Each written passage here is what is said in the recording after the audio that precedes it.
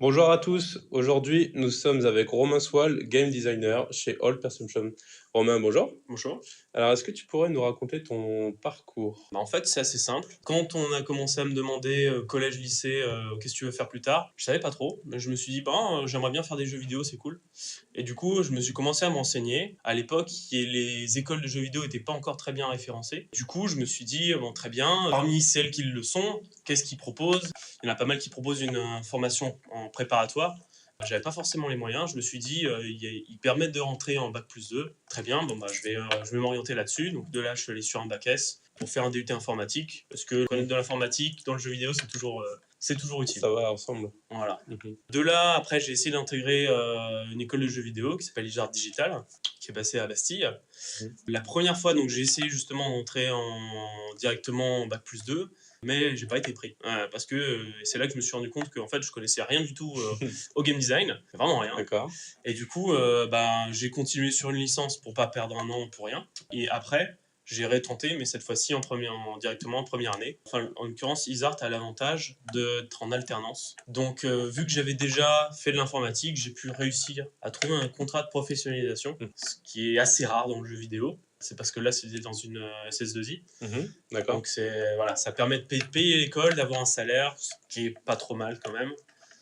Donc de là, j'étais parti sur 3 ans. J'ai terminé en 2014. Voilà, j'ai eu l'occasion de faire quelques jeux au sein de l'école ou en dehors. Là, je travaille du coup depuis sur le jeu vidéo Dungeon Twister, Oui. qui va sortir Oui. sur iOS et Android en 2016. Et j'ai rejoint l'équipe de All Perception, donc en tant que game designer et experience designer, voilà, pour apporter un peu mon savoir-faire. D'accord. Du coup, quelles sont tes principales tâches chez All Perception? Ça peut varier beaucoup, mais ce que je me suis concentré, c'est faire du prototype. Dans mon parcours, là, j'ai un profil qui est à la fois de game designer, mais en même temps, je sais faire de la programmation, Mhm. puisque j'ai fait de l'informatique. Ça me permet en fait d'être autonome et de pouvoir prototyper des choses. Et surtout, là, on est sur de la réalité virtuelle, donc il n'existe aucun standard à l'heure actuelle. Ouais. Il y a des bonnes pratiques qui existent, mais certains les ignorent. Donc, comme quoi, on est possible. Voilà, c'est pour ça que je dis qu'il n'y a pas de standard. Mhm. Aujourd'hui, voilà, il y a encore beaucoup de choses à tester. C'est là que mon profil est intéressant pour All Perception, parce que, en fin de compte, je vais pouvoir essayer des choses. On voit tout de suite si ça marche ou pas, et derrière, on peut les faire pour la version finale. Du coup, dans ton métier, qu'est-ce que tu apprécies le plus? Ce que j'apprécie le plus, c'est, on va dire, déjà, quand je travaille sur du prototypage, c'est voir si un truc marche, déjà, Mhm. c'est Ouais. cool, ça fait plaisir. Ça, c'est plus mon petit plaisir en tant que programmeur, voilà, j'ai fait un truc, ça marche. Oh, en plus, c'est trop stylé. Quand je travaille sur du design de jeu, moi, ce que j'aime, c'est quand il y a des contraintes, il faut jouer avec ces contraintes. Et voilà, c'est pas juste une cage, Mhm. c'est une opportunité d'avoir des idées de fou quand t'as le cerveau qui bouillonne et voilà, tu pars dans des trucs et des fois ça donne des trucs super sympas. D'accord. Des fois non. Ah, ouais. Il faut l'accepter. Ah, Des c'est le fois, risque du métier, c'est ça. ça. Ok, donc par rapport à ton expérience, est-ce que tu as une anecdote à nous raconter? J'aurais une anecdote, c'est pendant un de mes projets étudiants, on travaillait sur une adaptation de Lovecraft. Mhm. Donc on avait du coup une grande liberté.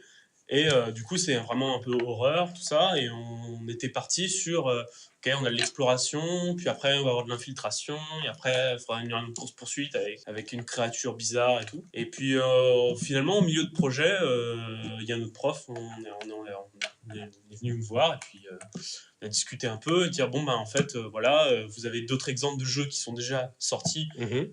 sur lequel la course-poursuite, ça marche pas du tout. C'est vraiment complètement de la merde. Est-ce que vous voulez vraiment, voilà, continuer là-dessus? Peut-être pas intéressant, peut-être concentrez-vous plutôt sur une partie, voilà, plus réalisable. Donc, du coup, on a écouté ce conseil Mhm. et on s'est concentré sur la partie infiltration. On a toujours regardé la partie exploration pour poser un peu une ambiance dans le style de Lovecraft. Mhm. Et après, en fin de compte, on s'est concentré sur la partie infiltration et le jeu, au final, pour moi, est réussi, en tout cas, dans le D'accord. cadre du projet. Donc Lovecraft, c'est Lovecraft. oui, Lovecraft, c'est quoi exactement comme H.P. Lovecraft, ouais. c'est un écrivain de milieu du XXe siècle, Mhm. donc qui a fait énormément de nouvelles d'horreur, etc. D'accord. Et son style particulier, c'est notamment que il décrit sans décrire. Il laisse tout l'imaginaire compléter il dit lui-même c'est complètement descriptible voilà, Mhm. dans ses textes. Ah, et Voilà. donc le but, c'était vraiment de retranscrire. C'est ça, l'indicible. C'était assez intéressant. Ah oui, oui, j'avoue.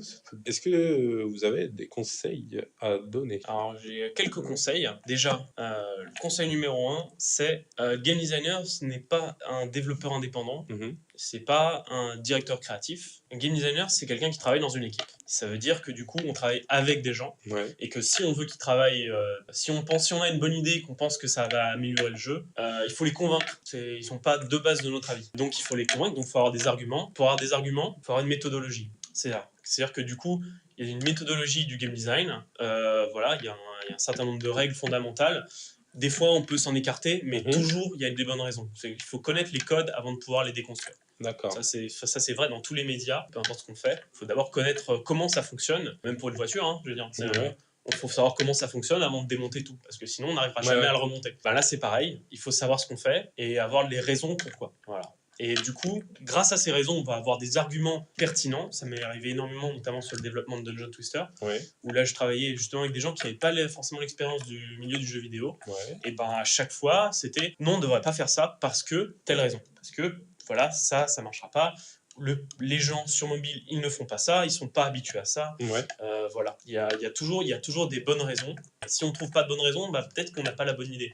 Il faut savoir se remettre en question. Se remettre en Voilà, question. faut éviter le melon parce que ça peut arriver assez vite et c'est le meilleur moyen d'être buté sur ses idées. Il faut savoir vraiment prendre du recul. Méthodologie qui donne du coup des bons arguments qui permettent de convaincre des gens pour avoir du coup un projet qui se passe bien et avec des gens qu'on aime bien.